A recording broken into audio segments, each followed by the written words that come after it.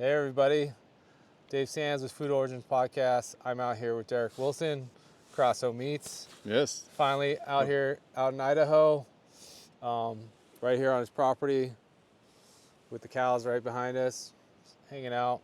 And we just wanted to talk to Derek, get to know him a little bit, understand what they're up to, and just kind of give us a little rundown of what you got going on out here.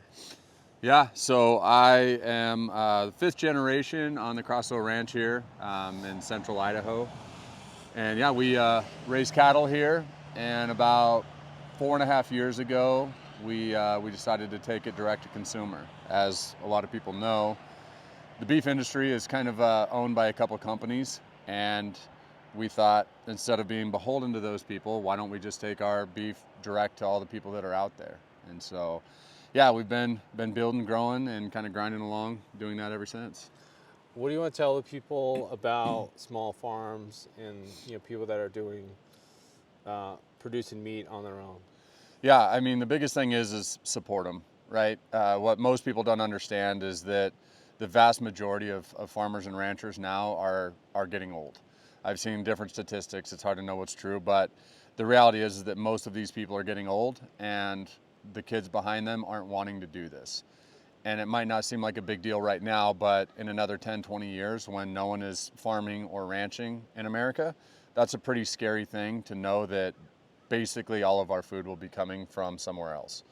And so I know, Yellowstone, shows like that really glorify this lifestyle, and it is great, but the reality is it's really hard work. And so it's just support these people. Support them as much as you can. Buy their meat if you're able to. Support them, any way you can, because if they're gone, we're all going to be in some trouble. Yeah. And then tell us a little bit about what you have, and then we got a little announcement for you. Yeah. So we, we've kind of grinded our way along, figuring out the best way to do this. And so the main thing we do now is a subscription with all of our meat that's raised here. So what we kind of do, just a quick backstory behind it, is we raise them all out here in the mountains of Idaho, as you can kind of see. And then at the very end, we finish them off with some locally raised barley to give them that marbling, that flavor, and try to keep it as clean as possible. And so that's how we've been able to kind of make our mark as being like very healthy, but yet also using the barley to give it that flavor, give it that marbling. And so, yeah, that's really been kind of how we've done it. But at the end of the day, the thing that makes any meat great is always going to be where it's raised, the low stress, having access to water, which is plentiful here. Awesome. Yeah. And then you've got something new coming out. We've got something new. So I don't know about you guys, but in fact, I was just talking to my wife about this, side story.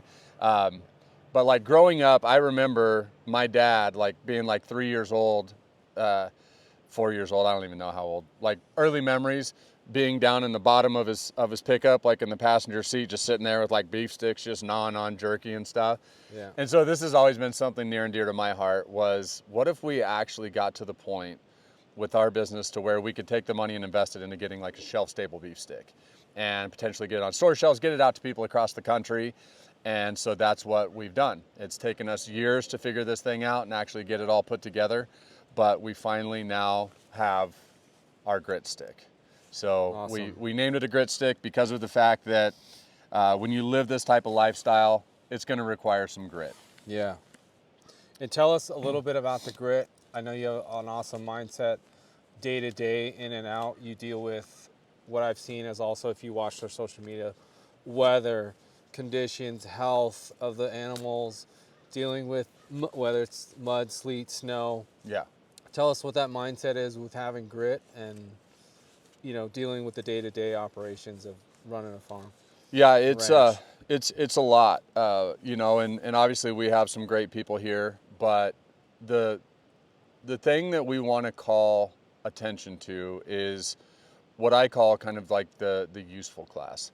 And some people say, oh, it's the blue collar, it's this or that, but I feel like there's so many people out there, farmers and ranchers being one big part of the industry, that it just requires grit. It could be anyone from a farmer, a rancher, a stay-at-home mom, and that I feel like has been overlooked in our society. We want to all be influencers. We want to be YouTube stars. But at the end of the day, like, people have to actually do shit, right? Like, people actually have to go out there and raise the cattle so there's meat to go on your table. People have to go out there and clean the drains so we can, you know, have our systems in place. And a lot of that stuff seems to be overlooked right now in our culture. And so it's like, we want this beef stick to be the fuel that will allow you to have the fuel to have the grit required to do these things. Awesome. Yep. Thanks, Derek. Yeah. Thanks for sharing Yeah. everything. Thanks for coming Appreciate by. it. Yep. Check them out. Cool. Cool.